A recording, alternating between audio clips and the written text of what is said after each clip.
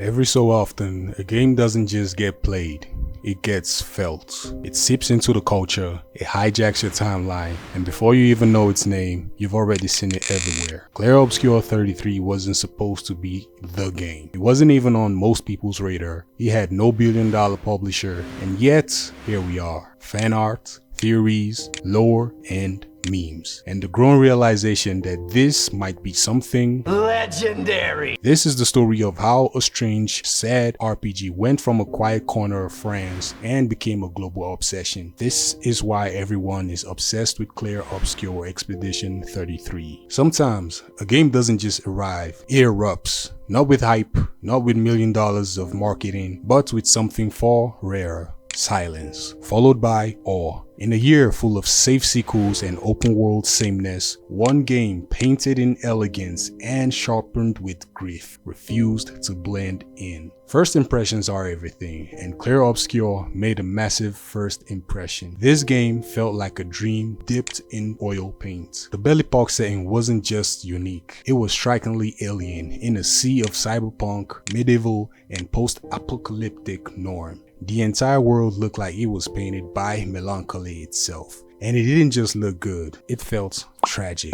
alive, and timeless. Every frame was painted, but more importantly, every painting told a story. Forget the fact that it is turn-based. Clair Obscur Expedition 33 moves like an action game. You dodge, you parry, you aim spells like it is a shooter. It shouldn't work, but my god, it does. Because Clair Obscur understands something that most RPGs do not understand. Combat is rhythm, and rhythm is everything. This wasn't a grind, it was a duel. It was an exceptional performance. Enemies felt choreographed like boss fights in Sekiro, yet decisions mattered like a game of chess. That fusion, real-time control with turn-based brains, is rare, and it is addictive. Every year, the Paintress erases everyone above a certain age. This year, the age is 33. The Gommage isn't just a mechanic, it is an existential threat. The world is dying in reverse,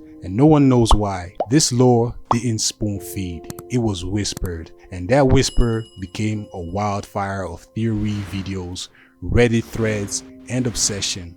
Who is the Paintress? What came before Expedition 33? What is Loon hiding? Even I am guilty of making a Loon video myself. Gamers didn't just play this game, they investigated it. Sandfall Interactive wasn't a AAA powerhouse, they were just 3 guys in Montpellier, veterans from Ubisoft, who had a vision. What if we made something beautiful enough to hurt? They founded the studio in 2020. No giant publisher, no endless budgets, but what they had: taste, restraint, and ambition. Just dangerous enough to be inspiring. Partnered with Clair Interactive, they chose Unreal Engine 5 and polished everything to a mirror's edge. They made a game that looked like it cost $100 million, but every frame felt like it cost a piece of someone's soul. There was no massive trailer drop during the Game Awards, no influencers flown out to private demos, just a whisper, and then a wave. Word of mouth did what YouTube ads and IGN couldn't. Clips on TikTok, tweets that went viral, YouTubers were confused, then impressed. Then what followed?